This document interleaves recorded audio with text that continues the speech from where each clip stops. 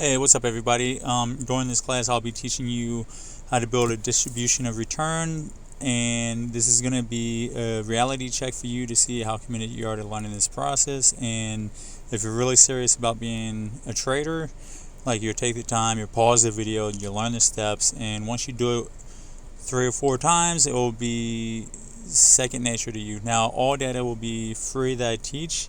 There's no sense in paying for data when it's free. You just got to do some legwork. It makes you understand the material better and all that. So our aim, whatever data we're looking at, is we need to find our thesis. And so in this case, we are thinking we want to see large increases in the money supply to see if the Federal Reserve is trying to stimulate the economy through liquidity. However, to be able to do that, I need to be able to know what normal and abnormal looks like. So I'm going to find the data. I'm going to go to the Federal Reserve site known as FRED, and I'm going to search for M2 money, right? And then I want the nominal seasonal adjusted from the Fed website, right? And I want seasonality to ensure abnormal isn't abnormal because it's skewed due to seasonal effects. So now I downloaded this from the Fred website, which is the M2 nominal seasonal effect chart. And now I'm going to do a couple steps. I'm going to delete data information that I don't need. I always have to fix the data, right? So I'm going to adjust the titles where I need them. And then, within the titles or any text that I have, I'm going to wrap the text. I'm going to bold the text for the titles, and then I'm going to save it, right? And now I'm going to go to insert, and then I'm going to insert a 2D line chart, and then I'm going to adjust the line chart and tailor it how I need it to be, right? Now, if we look at the horizontal axis, the x-axis, we'll see that the data source is incorrect. So I'm going to fix that by right-clicking on it, adding data to the horizontal, and then incorporating the time dates right there instead of just the frequency of it. Alright, and now I'm going to tailor the line chart to my personal preference. And now we can see that the M2 money supply is fairly consistent with growth as it should be due to balancing growth and inflation. But what are we looking for is not that. We're looking for the rate of change year over year, month over month. This will show us the expanding pressure that the Fed Reserve is feeling to grow the economy. So we're going to find the rate of change using the month over month, year over year formula, and that is, it's the last value divided by the present value minus 1. Now you can also use previous value minus present value divided by present value. It's the same thing, gives you the same results. Now I want you to hit the actual formula and hit Control Shift down, or you can hit you can double click the square in the bottom right of this cell and then go all the way down, and as you can see, it fills all the cells with that formula. Now I want to double check by going to my last cell to ensure that the formula is correct. Now the year on year is the same, besides the previous value would be a year ago, not a month ago, as you can see here how I did it. Now format cells, right click on this, select the cells that you want, right click on it, format cells, and change it to percentage. Now we need descriptive statistics to measure our thesis and describe the data. So we click on data analysis. If it's not there, go to options, add on, click it, and then click the descriptive statistics, put the month over month rate of change data in the input section, select output range, that's just where it's going to put the data on your chart, and then click descriptive statistics, or it won't show you any numbers. Now all these numbers are to measure the center of the data, right? And before we go into what they all mean, let's change the mean, the standard error, the median, the mode, the standard deviation, the standard variance, the range, the min-max, all the percentages with 3 decimals, and then we're going to move the kurtosis and the skewness and the sum and the count, all to just numbers that have 3 decimals. Now we know that the mean is the average of all monthly M2 prices, and we know that the median is the middle number, the mode is the most common number. We know that standard deviation and the variance measures how far each number is from the normal standard deviation of a typical bell-shaped curve. One standard deviation for a normal bell-shaped curve is 68%, two standard deviations is 95%, and 3 is 99%. Now, looking at the kurtosis, it tells us how normal kurtosis and skewness shows us how our data is compared to a normal distribution. If either one of these numbers is above 0, we know it is, like, let's start with kurtosis. If it's above 0, we know it's peakier above the mean and has more probability of falling within the 2 to 3 standard deviations are more likely to occur. Skewness is the difference between the different 0. Like, so if skewness is above 0, more probability to have a positive return versus if it falls below, it has a negative probability, right? So for example, the S&P 500 daily returns are 0.05, right? If the skewness is 5, then it's more likely to fall within the 2 to 3 standard deviations of S&P 500. So returns would be more like, instead of 0.5%, the daily returns are more likely to fall between 0.5% and 1%, or 1% and 1.5%. If the skewness number is below 0, then it's vice versa. Like, the odds of the S&P 500 daily returns are going to fall between -5% and -1%. It's a good way of measuring what kind of market you're in if you do it off of a short sample set. Now, the range is the biggest number to the smallest number. The minimum is the minimum number, the smallest number. The maximum is the maximum number, and the sum is how much we added up our whole data set, what that would come out to be, and then the count is how many numbers we had for the data. Okay, so now do the same thing for year-over-year rate of change, and do that with everything else, because I'm going to be talking just month on month now. Now let's answer the question, what is normal and abnormal for the Federal Reserve to pump money in the market on a monthly basis, right? So we create the ranges of measurements by creating intervals by using our standard deviation, mean, and the minimum and maximum range. For me, in this data set, I do 0.0015, and like I use that just for the M2. I have to figure this out every different. So if I put Tesla up here, it would be completely different. So now build a histogram using the data analysis tool the same way we got the descriptive statistics, but instead of hitting that, you're going to hit histogram, right? And make sure in the bin range, you click on the intervals that we just talked about, right? So you're going to have to build the bin range before you do this part, right? With whatever intervals you come up with. So bins just organize the data, number from the mean. If I went long one ES contract every single day, how much return would I bring in? So like that would tell me every single day what my return was if I went long ES. Like, now I take all the times that I made more than 5% or 0.5% to 1%, and then 1% to 1.5% and 1.5% to 2%, or I lost 0.5% to 1%, 1% to 1.5%, or I lost 1.5% to 2%. That's all the intervals are.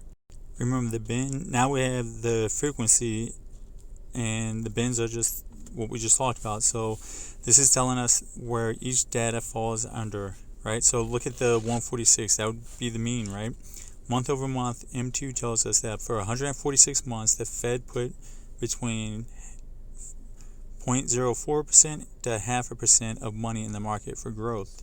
That tells us what normal looks like. Now remember the skewed being 4.8. Look at under the column more. There was 9 months the Fed pumped more than 1.9% of money into this market. That tells us what the abnormal is. Now, before we move on, let's build our chart. So we build a range interval so it speeds up what we see when we look on the chart.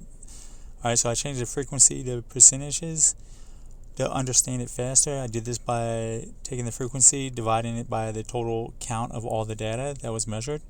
And make sure you press F4 for the count to fix it for all the frequencies, right? Then you drag it down and it changes them all to percentages.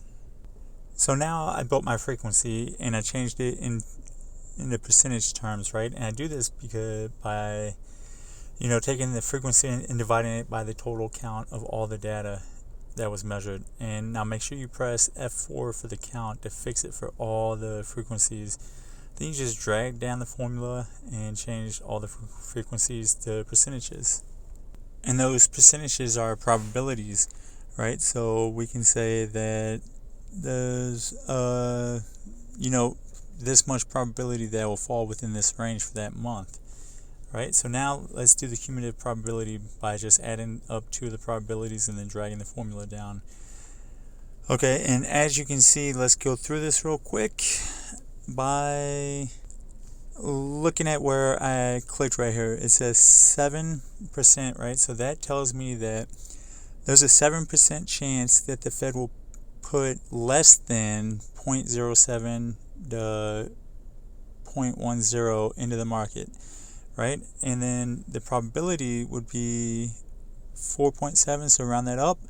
There's a 5% chance that that will be the amount that they put into the market that month. So between 0.06 and 0.10 amount of money into the market. All right, so the cumulative probability, gives us the chance of saying, like, let's go down to the 95%. Like, there's a 95% chance that the Fed will pump less than 1% of money into the economy, or a 5% chance they will pump more than 1%. So hopefully that makes sense. I know it's very confusing to people when they first begin. So let's hit it again just to make sure we got it. Imperial value is using historical data to find future returns, right? We just learned how to find the probability of returns falling within a specific interval and using the cumulative probability to find the percentage of it falling within the range of all the data that we measured in the past, right? Again, look at the cell I selected. Like, it tells me that there is a 95% chance the Fed will put less than 1% of money into the M2 money supply. Now go to the left cell.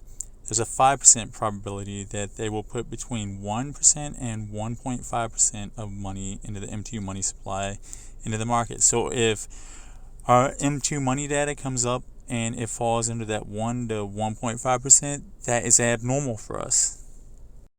And we need to ask why and what effects this is going to have on the stock market and our portfolio. Now let's visualize it. Insert a 2D bar chart, right click, select data. For the data, put the probability data. Now select horizontal data and put the range data in there and color the chart how you will. Whatever makes sense to you. Now we need to create the standard deviation bounds for the first, second, and third standard deviation to compare if this is normal. Now once we do that, we can see how many falls in those bounds and compare them to what is a normal distribution. So I organize my chart how I like it, but you can do yours however you want. So write down standard deviation and then upper bound, lower bound, and then across going 1, 2, 3. And so now we're going to start with the upper bound. We're going to take the mean plus standard deviation square, right? Or you can just use the formula that is in front of you so you don't get confused. Make sure you press F4 to fix the mean and the standard deviation, so as you drag it to the lower bound, it changes to the right formula. Now we're going to count the number of observations that fall within these ranges, and to do this, we use the Countif Formula to calculate the month-on-month percent rate of change by which one is greater than or less than to the upper bound or less than the lower bound. Use this formula, right? And then drag and click it over to the 2 and 3 standard deviation. So now you have the upper bound, the lower bound for the first, second, and third standard deviation.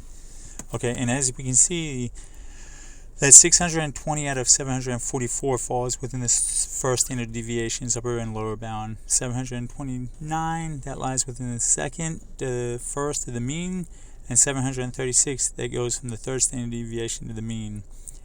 Now let's see the percent of the actual count. Now we can do that by taking the count divided by the observation count, the upper and lower bands of the first standard deviation, and we can see that it's 83%. Now let's get the normal percent count, right, which is the normal distribution. And I already said a normal distribution 68% of the time the distribution will fall within 1 standard deviation, 95.4, it will be 2%, 2 standard deviations, and 99.7 will be 3. If we look at our chart right here, we can see that 83% of the time the M2 money supply will be within the first standard deviation upper and lower bound. It is peakier to the mean, which is what we saw from our position kurtosis earlier. Our second and third standard deviation shows us there is more data that fall within the second and third standard deviation on the M2 money supply than a normal distribution, meaning more of a chance of it to fall within the second and third standard deviation than a normal bell-shaped curve. We saw these fatter tails in the kurtosis, and knowing the skew was above 0, meaning the fatter tails more than likely will be positive side than negative side. So in layman's term, the Fed is more likely to pump more money above the mean and the first standard deviation than pump less money below the mean, which is kind of common sense if we know that they're trying to grow the economy and they don't care about inflation. Now, if they care about inflation, they're going to pump less money. So you got to know what market you're in. So now moving on to our last table, we need to see how many times the Fed was positively pumping more money in and how many times they were putting less money into the M2 money supply. So how many positive times our data fell and negative times it fell over the normal distribution.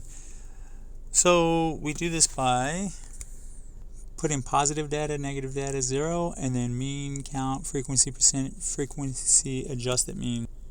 And so first formula is going to be average if range is greater than 0 and then less than 0, how many times it was 0, right? And then we change that to a percentage.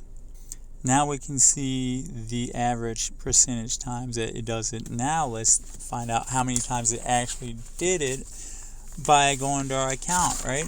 And to do that, we're going to do the same thing, but we're going to use the Countif greater than 0, less than 0, and then how many times it was 0. And that gives us the number of the number of times that the Fed added more money or less money than the mean. Now let's figure that out on a frequency percentage, which is positive, negative, or 0. And now we're going to do this. And don't forget to format it to a percentage. Now we're going to find the weighted probability of these occurrences grouped to the sum of 1, right? And we do that by taking the mean times the frequency percentages.